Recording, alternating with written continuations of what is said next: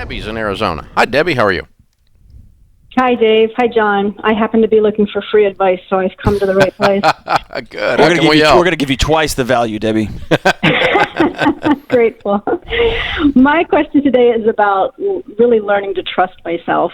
My journey to baby step 6 only started at age 50 when I found myself divorced and without a backup plan.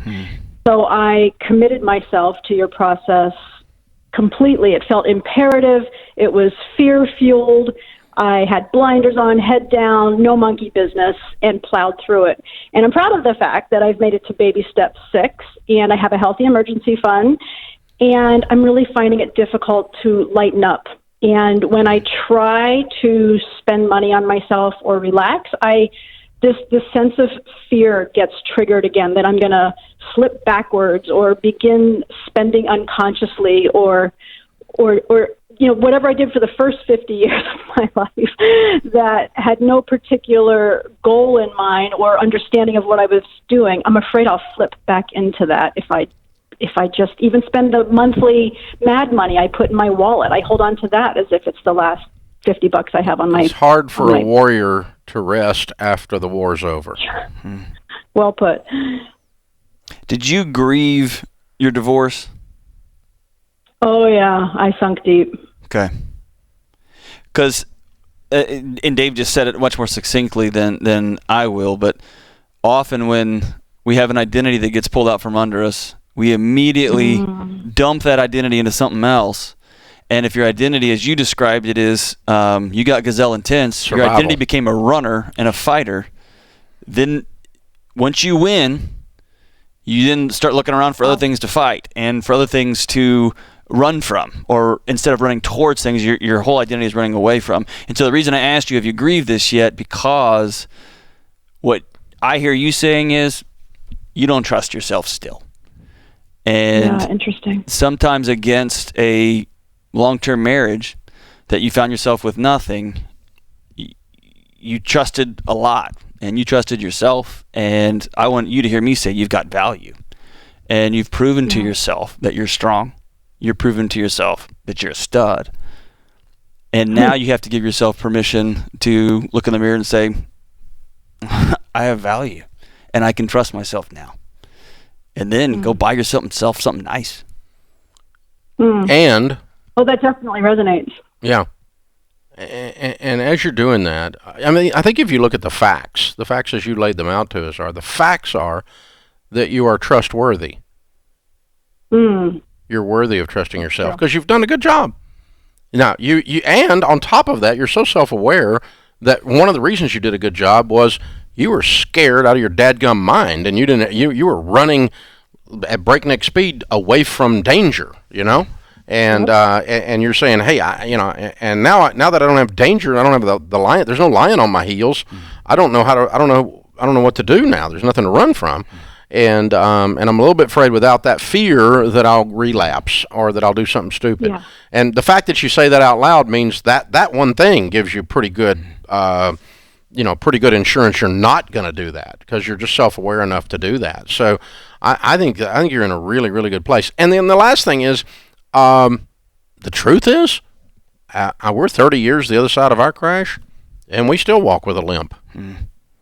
Okay. I mean, if I start a certain series of behaviors or sentence structure that reminds my wife of the way I did business when we were building a house of cards that caused us to lose everything, it activates a scar in her psyche. Can you possibly imagine that?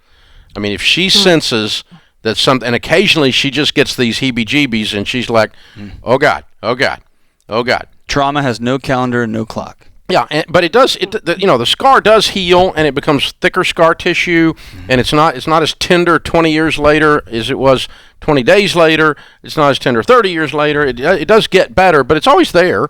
And so we have to sit down and take extra care of communication in our marriage because of what we went through to say that there's a scar here. So we have this emergency fund, and here's how much money we have here. And you feel like if we're spending this that we're out of control, honey, because she's afraid we're going to relapse or something. So, okay, if we buy this, look, here's what this is as a percentage of this, and there's all this other money, so we're okay, I can calm down now. But I have to kind of go back and revisit that place, and occasionally I cause it too. So it's not just her, but I mean, part of this is you're all you know. Once you were a single mom, for instance, and then you get married later, you always have this thing of I've got to be able to survive because I was on my own once and had to survive, and so you have that in your psyche. It's just there. It's part of your experience. It's part of who you are. It's part of the beauty of who you are, but it's also part of the downside of who Sharon and I are, because we still have that scar.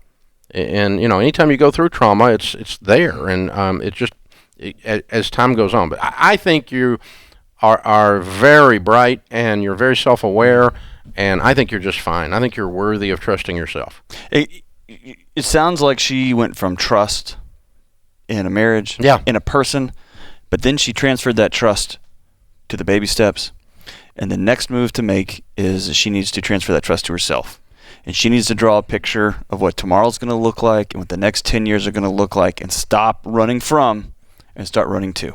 Yeah. And that sounds trite and that sounds cheesy, but now she gets to trust herself and to write out the new plan. And man, given her resilience and her strength, it's going to be awesome to watch her on that adventure. And there's a lot of people right now. They're coming out of COVID. Yeah. And they got smacked on the nose financially. Lost a job. They didn't have an emergency fund. They had a moment, and they're right this second listening to us, and they're going, "Oh God, it's an oh crap moment," right. And we've had 100,000 people do this 14-day free trial on Financial Peace University. Wow. In 60 days. That's an oh crap moment. I don't ever want to be here again. Right. And that's what we had when I went broke. I had an oh crap. I don't ever want to be here again. You have a never again moment. Right.